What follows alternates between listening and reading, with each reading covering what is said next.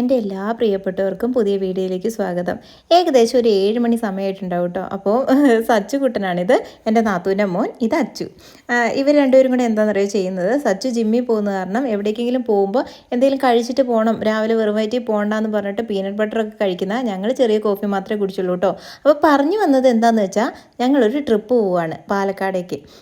പാലക്കാട് എന്ന് വെച്ച് കഴിഞ്ഞിട്ടുണ്ടെങ്കിൽ നമ്മുടെ തൃശ്ശൂരിൻ്റെ അടുത്താണല്ലോ. അപ്പോൾ പിന്നെ അങ്ങോട്ടേക്കാവാൻ യാത്ര എന്ന് വിചാരിച്ചു. പ്രത്യേകിച്ച് പ്ലാനൊന്നുമില്ല. അവിടെ ചെന്ന് കഴിഞ്ഞിട്ട് അടുത്തടുത്തുള്ള സ്ഥലങ്ങൾ ഏതാണോ അതൊക്കെ ഒന്ന് കാണുക, അടിച്ചു പൊളിക്കുക, തിരിച്ചു വരിക, അത്രയേ ഉള്ളൂ.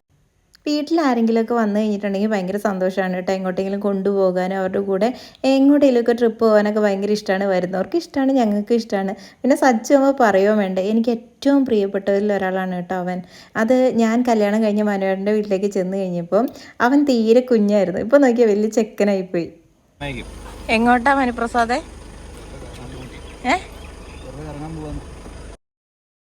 രാവിലെ ഒന്നും കഴിക്കാതെ ഇറങ്ങിയോണ്ട് തന്നെ ഞങ്ങൾ ഫുഡ് കഴിക്കാനാണ് കേട്ടോ ആദ്യം കയറിയത്. അവിടെ ചെന്നിട്ട് നല്ല എന്താ പറയുക, രാവിലെ തന്നെ ഇഡ്ഡലിയും ദോശയും ഒക്കെ നന്നായിട്ട് വയറ് നിറച്ച് തട്ടി. എന്നിട്ടാണ് ഞങ്ങൾ അടുത്ത യാത്ര തിരിച്ചത്. എന്താ പറയുക, ഫുഡ് മുഖ്യം പികിലേ എന്ന് പറയില്ലേ, അതുപോലെ തന്നെ നമുക്ക് ഫുഡ് കിട്ടിക്കഴിഞ്ഞിട്ടുണ്ടെങ്കിൽ, എനിക്ക് പ്രത്യേകിച്ച് രാവിലത്തെ ഫുഡ് കിട്ടിയില്ലെങ്കിൽ ഭ്രാന്താവും കേട്ടോ. എനിക്ക് അത്രയ്ക്ക് ഇഷ്ടമാണ് ബ്രേക്ക്ഫാസ്റ്റ് കഴിക്കാൻ. എനിക്ക് ഏറ്റവും ഇഷ്ടമുള്ളൊരു ഫുഡ് എന്ന് വെച്ചിട്ടുണ്ടെങ്കിൽ ആ ബ്രേക്ക്ഫാസ്റ്റ് ടൈമിൽ കഴിക്കുന്ന ഫുഡാണ് കേട്ടോ. ബാക്കി ഉച്ചയ്ക്കും രാത്രി ഒന്നും കിട്ടിയില്ലെങ്കിലും കുഴപ്പമില്ല, പക്ഷേ രാവിലത്തെ ഫുഡ് നിർബന്ധം. ഭക്ഷണമൊക്കെ കഴിച്ച് കഴിഞ്ഞപ്പോഴത്തേക്ക് അച്ഛന് ചെറിയൊരു ക്ഷീണമൊക്കെ ആയി പയ്യെ എൻ്റെ മടിയിലോട്ട് ചാഞ്ഞു കേട്ടോ. അവന് ഞങ്ങൾ 10 മിനിറ്റ് പോയി എന്ന് വിളിക്കുക കളിയാക്കിയിട്ട്. വണ്ടി കയറി കുറച്ച് കഴിഞ്ഞിട്ടുണ്ടെങ്കിൽ അപ്പം തന്നെ അവന് ഉറക്കം തുടങ്ങും. പിന്നെ ഈ കാണുന്നത് കണ്ടോ, ഇതെന്താണെന്നറിയോ, നമ്മുടെ കുതിരാൻ തുരങ്കം കേട്ടോ. നമ്മുടെ പാലക്കാടും തൃശ്ശൂരും തമ്മിൽ ബന്ധിപ്പിക്കുന്ന ഒരു തുരങ്കമാണിത്. ഏകദേശം 1 കിലോമീറ്ററോളം ദൂരമുണ്ട്. എനിക്ക് ഭയങ്കര ഇഷ്ടമാണ് കേട്ടോ ഇതിനകത്തോടെയുള്ള ഒരു യാത്ര. എനിക്കറിയത്തില്ല, ഞാനൊരു 3-4 വട്ടം ഇതിനകത്തോടെ വന്നിട്ടുണ്ടാവും, പക്ഷേ എനിക്ക് ഭയങ്കര ഇഷ്ടമാണ്. വരുമ്പോൾ ഞാൻ വീഡിയോസൊക്കെ എടുക്കാറുണ്ട് ചുമ്മാ. നല്ല രസമല്ലേ. അങ്ങനെ ഞങ്ങൾ ആദ്യം വന്നത് പാലക്കാട് ഫോർട്ടിലേക്കാണ് കേട്ടോ. പാലക്കാട് കോട്ട കാണാൻ വേണ്ടിയിട്ടാണ് ആദ്യം വന്നത്. ഇതാണ് അതിൻ്റെ എൻട്രൻസ് എന്ന് പറയുന്നത്.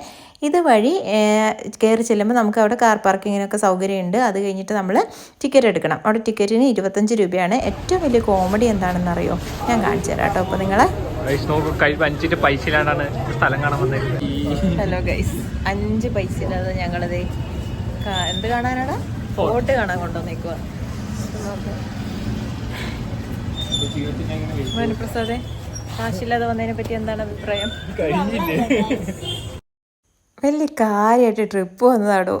കയ്യിൽ 5 പൈസ ഇല്ല, പേഴ്സ് വീട്ടിൽ വെച്ചിട്ടാണ് വന്നത്. ഒരു കാർഡും ഇല്ല, ഒന്നുമില്ല. എങ്ങനെയുണ്ട്, അടിപൊളിയായിട്ടില്ല? അത് ഇത്രയും ദൂരം. പക്ഷേ ഗൂഗിൾ പേ ഉള്ളത് കാരണം മാത്രം ഞങ്ങൾ ജീവിച്ചു എന്ന് വേണേൽ പറയാം ഒരു ദിവസം കേട്ടോ. നമുക്ക് കയറി വരുന്ന ഈ ഒരു ഭാഗം കണ്ടോ, ഇതിന് ചുറ്റും ഈ കോട്ടയ്ക്ക് ചുറ്റും വലിയ ആഴത്തിൽ കുഴിച്ചിട്ട് അവിടെ വെള്ളമാണുള്ളത്. ഈ പണ്ടത്തെ ആൾക്കാർ അവരുടെ സേഫ്റ്റിക്ക് വേണ്ടി ഉണ്ടാക്കിയതാണെന്നാണ് കേട്ടോ പറയുന്നത്. ഇതിന് നല്ല ആഴം ഉണ്ടെന്നും പറയുന്നു. ഇപ്പം അതിനകത്ത് നിറച്ച് മീനുകളും ആമകളും ഒക്കെയാണ് കേട്ടോ. നല്ല രസമൊക്കെ കാണാൻ വേണ്ടിയിട്ട്. അത് കഴിഞ്ഞ് നമ്മൾ കുറച്ചും കൂടെ മുന്നോട്ട് പോകുമ്പോൾ അവിടെ ഒരു വഴിയുണ്ട്. ആ വഴിയിലൂടെയാണ് കേട്ടോ ഞാൻ ഈ കയറി പോകുന്നത്. ഈ പാലത്തിൽ കൂടെയാണ് നമ്മൾ കോട്ടയുടെ ഉള്ളിലേക്ക് കയറുന്നത്. നോക്ക് എന്തോരം മീനുകളാണ്.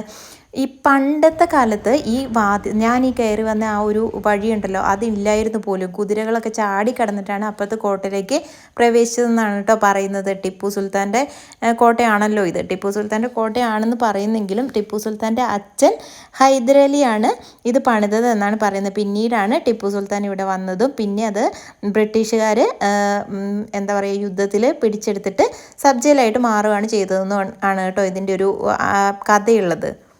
ഈ കോട്ടയ്ക്ക് വേറൊരു പ്രത്യേകത കൂടിയുണ്ട് കേട്ടോ. അതെന്താണെന്നറിയാവോ, നമ്മൾ ഈ കയറി ചെല്ലുന്നില്ലേ, അത് ഒരു ഹനുമാൻ ക്ഷേത്രത്തിലേക്കാണ്. ഈ എൻട്രൻസിൽ തന്നെയാണ് ഹനുമാൻ ക്ഷേത്രം ഉള്ളത്. അവിടെ വേറൊരു എന്താ പറയുക, ഉപദേവതയായിട്ട് ഗണപതി കൂടിയുള്ളൂ. ചെറിയൊരു ക്ഷേത്രമാണ് കേട്ടോ. പക്ഷേ ആ ക്ഷേത്രത്തിൽ എത്തിക്കഴിയുമ്പോൾ എല്ലാവരും വിചാരിക്കും അതോടുകൂടി അത് കഴിഞ്ഞു എന്ന്. എന്നിട്ട് കുറച്ച് പേരൊക്കെ തിരിച്ചു പോയവരും ഉണ്ട് കേട്ടോ. ആ പുറംഭാഗം മാത്രം കണ്ടിട്ട് തിരിച്ചു പോയവരൊക്കെ ഉണ്ട്. തിരിച്ചവിടെ നിൽക്കുന്നവരെയൊക്കെ ഞങ്ങൾ കണ്ടിട്ടുണ്ടായിരുന്നു. അതിൻ്റെ സൈഡിൽ കൂടിയാണ് നമുക്ക് ഈ കോട്ടയുടെ ഉള്ളിലേക്ക് കയറി പോകേണ്ടത്. കയറി ചെന്ന് കഴിയുമ്പം ഭയങ്കര വിശാലമായിട്ടുള്ളൊരു സ്പേസിലോട്ടാണ് കേട്ടോ നമ്മൾ കയറി ചെല്ലുന്നത്. നോക്കിക്കേ, കുറേ ഭാഗം നമുക്ക് തോന്നുമോ ഇതിൻ്റെ ഉള്ളിൽ ഇങ്ങനെയൊക്കെ ഉണ്ടോ എന്ന് തോന്നിപ്പോകും. നമുക്ക് ചുറ്റുപാടും ഒക്കെ ഫുള്ള് കല്ലിലാണ് പണിതിരിക്കുന്നത്. പണ്ടത്തെ കല്ലിൻ കൊണ്ടുള്ള പണിയല്ലേ, എന്തോ ഉറപ്പോടുകൂടി ആയിരിക്കും അല്ലേ. ഇപ്പോഴത്തെ കല്ല് കൊണ്ടുള്ള പണിയൊക്കെ ആണെങ്കിൽ 2 ദിവസം കഴിയുമ്പോഴേ പൊഴിഞ്ഞ് താഴെ വീഴും. നമ്മളവിടെ നിന്ന് അകത്തേക്ക് കയറുമ്പോൾ തന്നെ ഇടതുവശത്തായിട്ട് ഒരു സ്റ്റെപ്പ് ഉണ്ട് കേട്ടോ. ഇടതുവശത്തും വലതുവശത്തും ഒക്കെ സ്റ്റെപ്പുകളുണ്ട്. അതിൽ കൂടെ മുകളിലോട്ട് നമുക്ക് കയറാൻ പറ്റും. അതായത് കോട്ടയുടെ മുകളിലേക്ക് കേട്ടോ.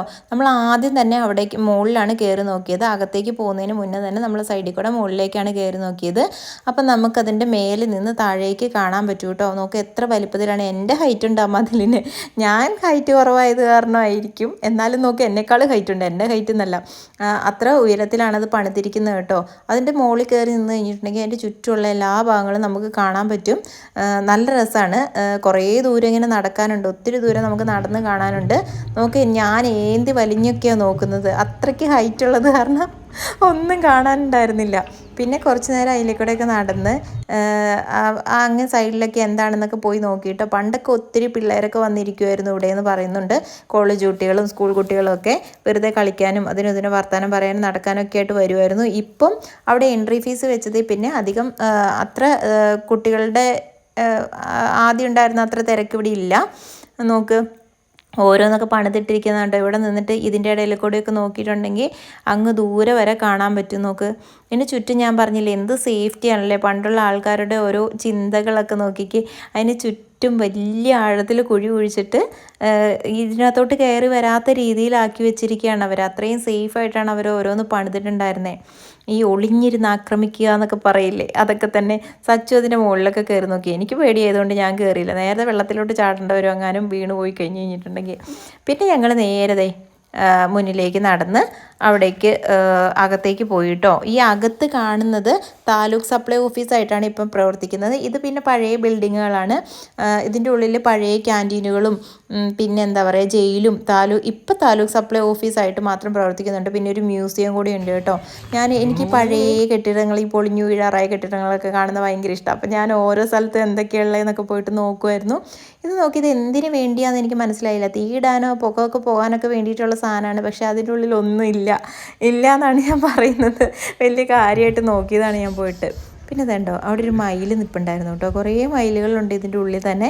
നോക്ക് ഒരു പേടിയില്ലാതെ നിൽക്കുക. മരങ്ങളൊക്കെ ആണെങ്കിലും ഭയങ്കര ഭംഗിയാണ് കേട്ടോ ഇവിടുത്തെ. ഇങ്ങനെ താഴേക്ക് തൂങ്ങി നമുക്ക് ശരിക്കും പറഞ്ഞ വീടുകളിലൊക്കെയാണ് ഊഞ്ഞാലൊക്കെ കെട്ടാൻ പാകത്തിനുള്ള ഇതാണ്. മരത്തിന് ചുറ്റുമാണ് വീട് പണിത്. മരം വളർന്നതാണ്.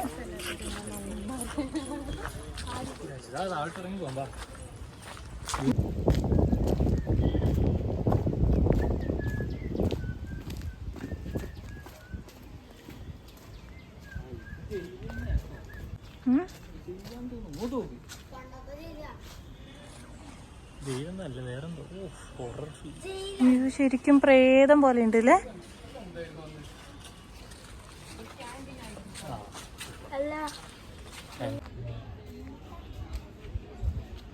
എന്താണ് മനപ്രസാദേ, എന്താ ഇവിടെ ഇരിക്കുന്നേ? കൊറേ നടക്കാനുണ്ടല്ലേ. പാലക്കാട് പുഴുങ്ങിയ ചൂടും. അയ്യോ നല്ല ചൂടാ. എന്താ കാണാനുണ്ട്? സച്ചു ഈസ്തെറ്റിക് മോഡിൽ നടക്കുന്ന സച്ചു. ഇതാ പുറകെ അനുയായി അതേ വഴിയിലൂടെ വരുന്ന എനിക്ക്. അടുത്തത് എന്തെന്ന് പാടയിലോ? മുതിർന്നവർ പിന്നിട്ട പാടയിൽ. പാടയിൽ കൂടെ വരുന്നുണ്ടല്ലേ. ഇംഗ്ലീഷ് മീഡിയത്തിൽ പഠിച്ചോണ്ട് ഇതൊന്നും അറിയില്ല. ജിമ്മനല്ലേ? ജിമ്മനല്ല എല്ലൻ.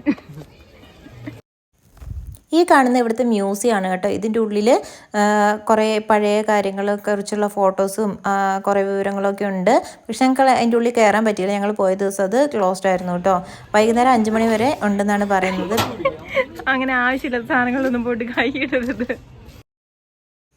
കുറച്ച് സമയം അതെല്ലാം കണ്ട് ഞങ്ങളിങ്ങനെ നടന്നതിന് ശേഷം പിന്നെ തിരിച്ചു പോകാമെന്ന് വിചാരിച്ചു. ഇനി അടുത്ത സ്ഥലത്തേക്ക് പോവുകയാണ്. ഇങ്ങനെ പ്രത്യേകിച്ച് ഞാൻ പറഞ്ഞില്ലേ, പ്രത്യേകിച്ച് പ്ലാനുകളൊന്നുമില്ല. അങ്ങനെ ഓരോ സ്ഥലങ്ങൾ കാണുക, അങ്ങനെ അങ്ങ് പോവുക. പറ്റുന്ന സ്ഥലങ്ങൾ മാത്രം കാണുക, പിന്നെ വൈകുന്നേരം ആകുമ്പോഴത്തേക്കും വീട്ടിൽ പോവുക. അതായിരുന്നു ഞങ്ങളുടെ ലക്ഷ്യം.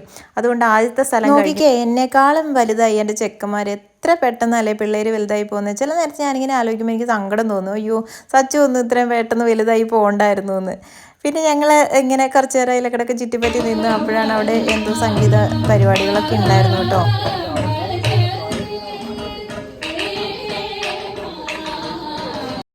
അവിടുത്തെ നടത്തമൊക്കെ കഴിഞ്ഞപ്പോഴത്തേക്ക് നന്നായിട്ട് വിശന്ന് തുടങ്ങി. അങ്ങനെ ഞങ്ങൾ NMR നമ്മുടെ എന്താ പറയുക പാലക്കാടുള്ള NMRൽ ഫുഡ് കഴിക്കാമെന്ന് വിചാരിച്ചു. എനിക്ക് ഇവിടുത്തെ ബിരിയാണി ഭയങ്കര ഇഷ്ടമാണ് കേട്ടോ. മനുവേട്ടൻ ഇടയ്ക്ക് പാലക്കാട് വരുമ്പോൾ വാങ്ങിച്ചുകൊണ്ട് തരാറുണ്ടായിരുന്നു ഞങ്ങൾക്ക്. അപ്പോൾ ഞങ്ങൾ അവിടെ പോയിട്ട് നല്ല അടിപൊളിയായിട്ട് ബിരിയാണിയൊക്കെ തട്ടി വയറ് നിറച്ച് ശരിക്കും പറഞ്ഞാൽ എല്ലാവർക്കും ഇഷ്ടമായി ബിരിയാണി. ഒരു പ്രത്യേക സ്റ്റൈലിലുള്ളൊരു തമിഴ് സ്റ്റൈലിലുള്ള ബിരിയാണിയാണ് ഈ NMRലെ. അത് കഴിഞ്ഞിട്ട് പിന്നെ ഞങ്ങൾ അടുത്ത സ്ഥലത്തോട്ടുള്ള യാത്രയാണ് കേട്ടോ. അടുത്ത സ്ഥലം ഏതാണെന്ന് അടുത്ത വീഡിയോയിൽ ഞാൻ കാണിച്ചു തരാം. അപ്പോൾ എന്താണെങ്കിലും എല്ലാവരും കാണുക, ഇഷ്ടപ്പെട്ടവരൊക്കെ കമൻറ്റ് ചെയ്യുക കേട്ടോ. അപ്പോൾ അടുത്ത വീഡിയോയിൽ കാണാം. Bye, take care.